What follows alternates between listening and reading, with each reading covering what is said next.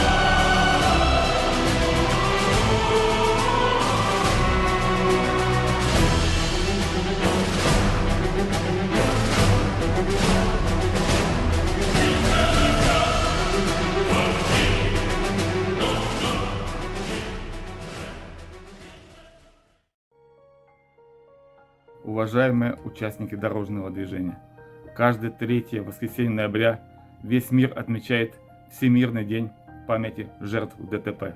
В этот день мы отдаем дань памяти всем погибшим в автомобильных катастрофах. Это скорбная дата. Прежде всего напоминание нам о том, что дорога требует предельного внимания и осторожности. Каждый новый день приносит нам дорожные трагедии. В ДТП гибнут взрослые, погибают дети. На территории России с начала 2021 года произошло более 109 тысяч дорожно-транспортных происшествий, в которых погибло более 12 тысяч человек. В Азовском районе с начала года произошло 54 ДТП, в которых 6 человек погибло и 67 человек получили ранения. Среди них 10 несовершеннолетние. Большинство этих аварий могло бы и не быть, если бы водитель не сел за руль в нетрезвом состоянии, не превысил бы установленную скорость, не выехал бы на полосу встречного движения.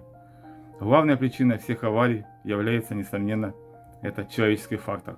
Более 80% ДТП происходит по вине водителей, которые специально или непреднамеренно нарушили правила дорожного движения. За их легкомыслие, невнимательность и самоуверенность на дороге платят своими жизнями совершенно невиновные, а зачастую случайные люди. Уважаемые ребята, будьте внимательны на дороге, переходите дорогу только по пешеходным переходам. Носите одежду со световозвращающими элементами. Не перебегайте дорогу перед близко идущим транспортом. Уважаемые родители, при перевозке детей используйте детские удерживающие устройства. Всегда соблюдайте правила дорожного движения в присутствии своих детей. Уважаемые водители, будьте внимательны на дороге, соблюдайте правила дорожного движения. Сегодня все мы должны понять самое главное. Безопасность на дорогах в основном зависит от всех нас и каждого из нас. Особенно печальным является тот факт, что каждый день на дорогах гибнут дети. Сегодня проблема детского дорожно-транспортного травматизма одна из самых актуальных и острых во всем мире.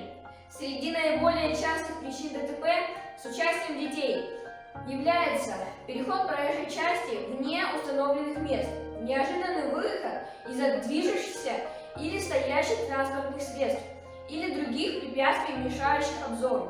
Неподчинение сигналов светофора, игры на проезжей части и ходьба по ней при наличии тротуара. ДТП – это страшное слово. На дороге случилась беда. ДТП, повторяю, я снова и снова. Пусть не будет его никогда!